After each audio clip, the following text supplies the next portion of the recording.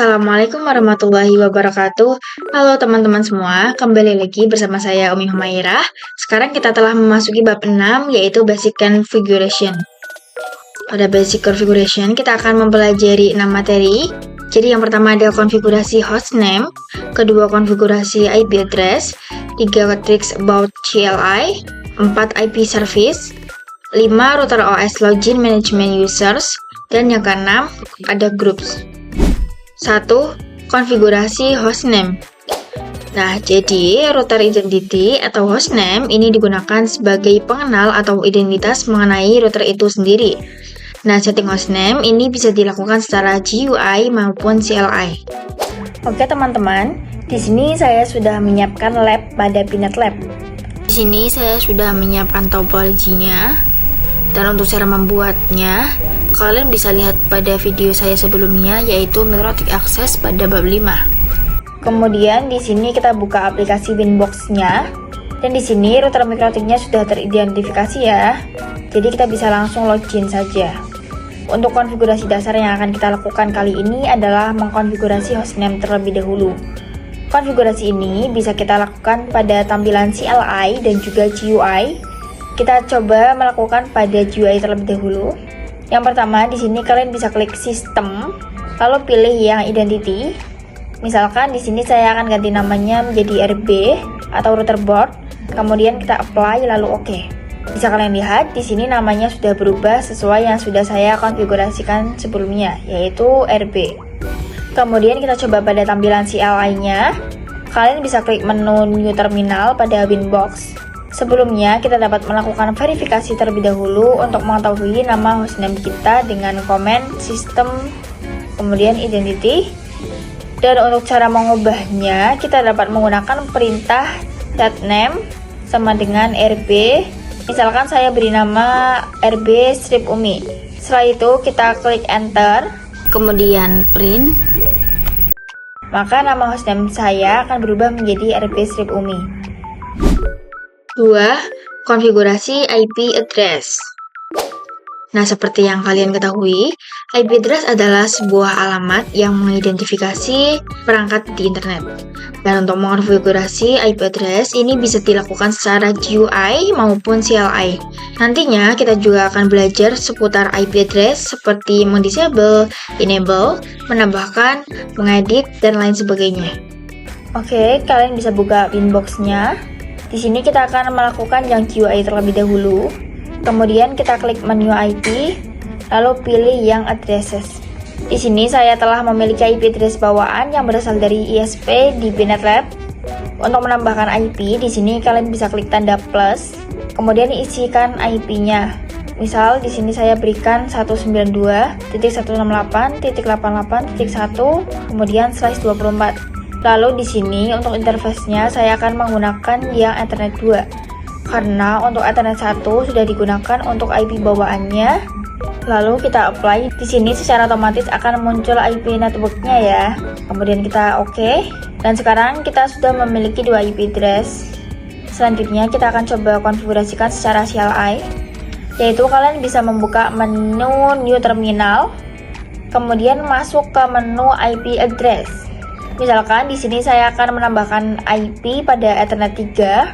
Jadi kita akan masukkan perintah add address sama dengan IP-nya misalkan 192.168.77.1/24 spasi interface sama dengan Ethernet 3.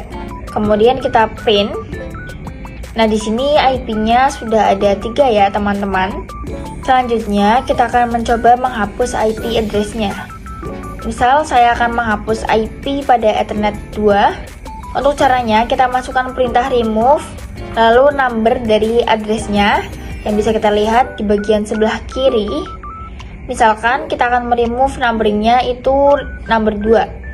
Jadi kita ketikkan remove number sama dengan 2. Jika sudah, kita cek dengan print, maka di sini IP addressnya sudah terhapus ya. Selanjutnya kita akan meng-disable dan juga enable IP address. Maksud dari disable sendiri adalah sebuah IP address berada di suatu net namun statusnya tidak aktif. Jika dengan cara GUI kalian dapat ke menu IP, lalu pergi ke address, Nah, di sini status dari IP address-nya itu aktif. Untuk cara agar tidak aktif adalah dengan klik tanda silang di atasnya.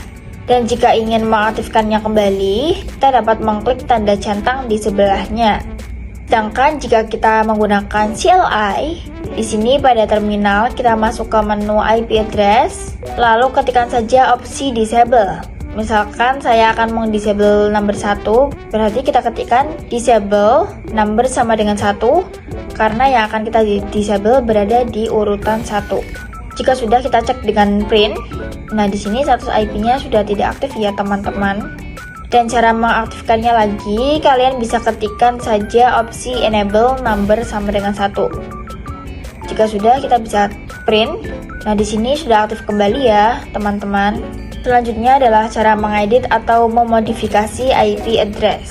Misalkan di sini saya salah mencantumkan IP dan ingin mengeditnya, maka kita dapat menggunakan opsi edit atau opsi set.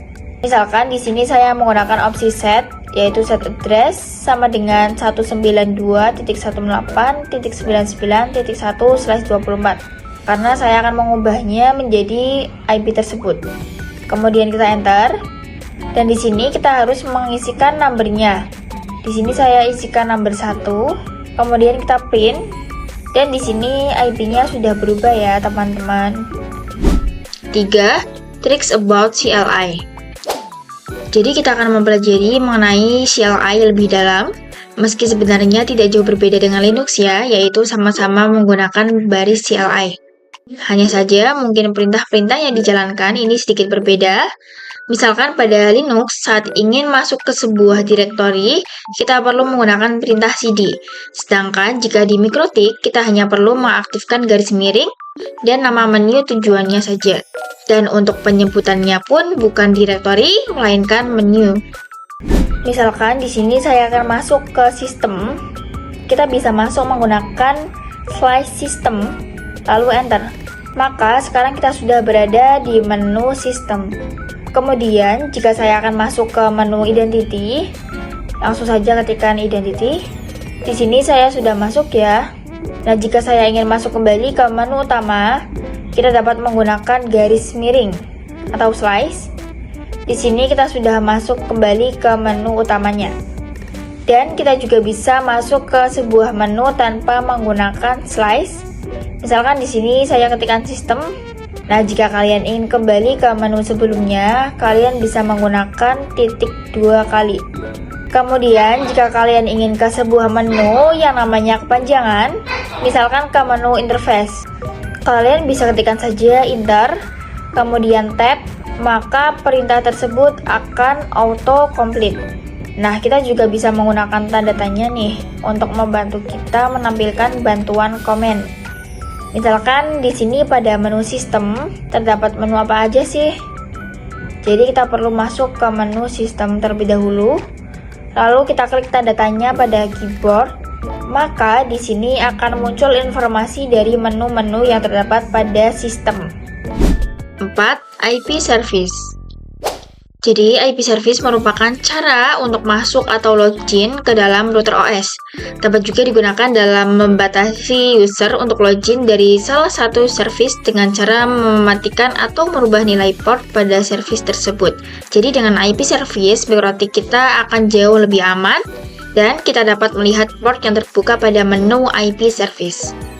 Pada pembahasan kali ini, kita akan meng-disable semua service kecuali SSH dan Winbox. Kemudian kita juga akan merubah port SSH menjadi 9022 dan Winbox menjadi 3000. Lalu kita akan login kembali ke router menggunakan default port dan login menggunakan port yang sudah diubah. Oke, di sini kita bisa buka Winbox-nya. Kemudian pada menu IP, kita klik pada fitur service. Nah, disinilah port dan service yang tersedia pada MikroTik-nya. Langsung saja di sini kita implementasikan. Yang pertama, kita disable semua servicenya kecuali SSH dan Winbox. Caranya, kita dapat mengklik pada tombol silang.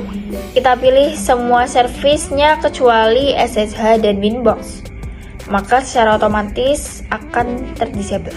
Selanjutnya, kita akan mencoba mengubah port SSH menjadi 9022 dan port Winbox menjadi 3000. Caranya, di sini kalian bisa klik 2 kali pada bagian port yang ingin kalian ubah. Di sini port SSH-nya saya akan ganti menjadi 9022. Untuk bagian available form, kalian bisa mengisikan IP. Jadi nantinya yang dapat mengakses SSH ke Mikrotik hanyalah IP tersebut. Namun di sini saya akan biarkan kosong. Setelah itu saya klik apply dan OK. Kemudian kita ganti juga yang Winbox menjadi 3000. Lalu kita klik apply dan OK. Oke, selanjutnya kita uji coba pada aplikasi Putih. Di sini kita bisa ketikkan IP-nya yaitu 192.168.19.143. Kemudian portnya kita ganti menjadi 9022. Kita open. Oke, di sini kita coba login menggunakan user admin dan di sini kita sudah berhasil login menggunakan port 9022. Kemudian jika kita akan coba masuk ke Winbox menggunakan port 3000, caranya pada bagian connect to di sebelah IP-nya kita kasih titik 2, kemudian spasi portnya yaitu 3000. Lalu klik connect. Dan di sini juga kita sudah bisa meremote-nya. Kemudian jika sudah, kita kembalikan seperti semula lagi. Kita klik IP, lalu pilih service. Kita aktifkan lagi. Kemudian yang SSH kita ganti portnya menjadi 22. Dan yang Winbox juga kita ganti menjadi port 8291. Kita apply, lalu OK. 5. Router OS Login Management Users. Kita akan membahas mengenai user siapa saja yang diizinkan masuk ke router Mikrotik kita. Perlu diketahui bahwa saat ini kita mengakses router Mikrotik masih menggunakan user default yaitu admin. Dan user admin adalah user root utama dalam Mikrotik. Jadi ketika kita melakukan administrasi jaringan Mikrotik menggunakan user admin, itu dianggap tidak secure karena akan ada kemungkinan mendapat serangan brute force ke Mikrotik kita. Nah, untuk menghindari hal tersebut, kita bisa mengatur user dalam login di Mikrotik kita. Untuk manajemen user dapat dilakukan dengan grup dan user. Kita bahas yang user terlebih dahulu. Jadi, user adalah pengguna by default Mikrotik menggunakan user admin tanpa menggunakan password untuk login. Selain itu, kita juga bisa membuat user baru dan memberikan hak akses yang berbeda terhadap user tersebut. Nah, kita juga dapat melakukan pembatasan berdasarkan IP address yang digunakannya. Pada Winbox, kalian bisa klik menu Sistem, lalu klik menu User. Di sini sudah terdapat user admin dengan grup full. Kemudian kita akan tambahkan user baru dengan mengklik tanda plus. Misalkan di sini saya beri nama Umi. Kemudian untuk kategori grupnya saya berikan full access. Lalu jika kalian ingin user ini dapat diakses oleh IP tertentu, maka kalian bisa mengisi di bagian allow address. Di sini saya akan kosongkan saja. Selanjutnya pada bagian password, saya isi passwordnya misal 123, lalu confirm passwordnya. Nah, jika sudah kita klik apply lalu OK. Dan di sini saya sudah memiliki user dengan kriteria group full dan bisa diakses oleh siapa saja. Jika sudah, kita bisa lakukan pengujian menggunakan user Umi. Kita akan klik menu New Winbox. Kemudian kita masukkan IP-nya. Untuk username-nya saya gunakan Umi dan passwordnya 123. Kemudian klik connect. Maka di sini kita sudah dapat mengakses Mikrotik dengan menggunakan user Umi. 6. Groups. Di sini kita akan melanjutkan pembahasan sebelumnya mengenai grup yang ada di users. Jadi grup itu digunakan untuk memberikan hak akses terhadap user. Untuk by default itu terdapat 3 akses meliputi read, write, dan full access. Kita juga bisa membuat custom group baru sesuai dengan aturan yang kita inginkan. Untuk bisa mengimplementasikan grup itu dengan cara membuat suatu user. Di sini saya sudah memiliki user dengan nama Umi dan permissionnya itu full. Dan saya akan menambahkan 2 user baru. Untuk caranya seperti tadi ya. Di sini untuk namanya saya akan menggunakan user 1 dengan kriteria read, lalu Untuk allow address-nya kita biarkan saja. Kemudian untuk passwordnya saya akan gunakan 123. Jika sudah, kita apply lalu oke. Kemudian untuk pengujian kalian bisa buka new inbox. Oke, di sini kita coba untuk login menggunakan user 1. Kemudian masukkan password lalu klik connect. Dan di sini kita sudah berhasil masuk dengan user 1. Nah, karena hak akses user 1 ini aksesnya adalah read, maka dia tidak bisa melakukan konfigurasi. Misalkan di sini masuk ke menu IP, lalu address, maka di sini kita tidak dapat mengkonfigurasi IP address-nya. Jadi hanya dapat melihat saja. Selanjutnya kita uji coba pada user 2. Kita klik saja. Di sini untuk namanya yaitu user 2 dengan kriteria right. Jika sudah, kita apply lalu oke. Kemudian untuk melakukan pengujian kalian bisa buka new inbox. Oke, di sini kita coba untuk login menggunakan user 2. Kita masukkan nama user 2. Kemudian passwordnya 123. Lalu kita connect. Dan di sini kita sudah berhasil masuk dengan user 2. Tadi kan kita menggunakan kriteria right. Saya akan coba buka menu sistem lalu pilih users, maka ia tidak bisa menambahkan user. Oke teman-teman, mungkin pembahasan untuk basic configuration kita cukupkan saja. Terima kasih teman-teman telah menonton, semoga bermanfaat.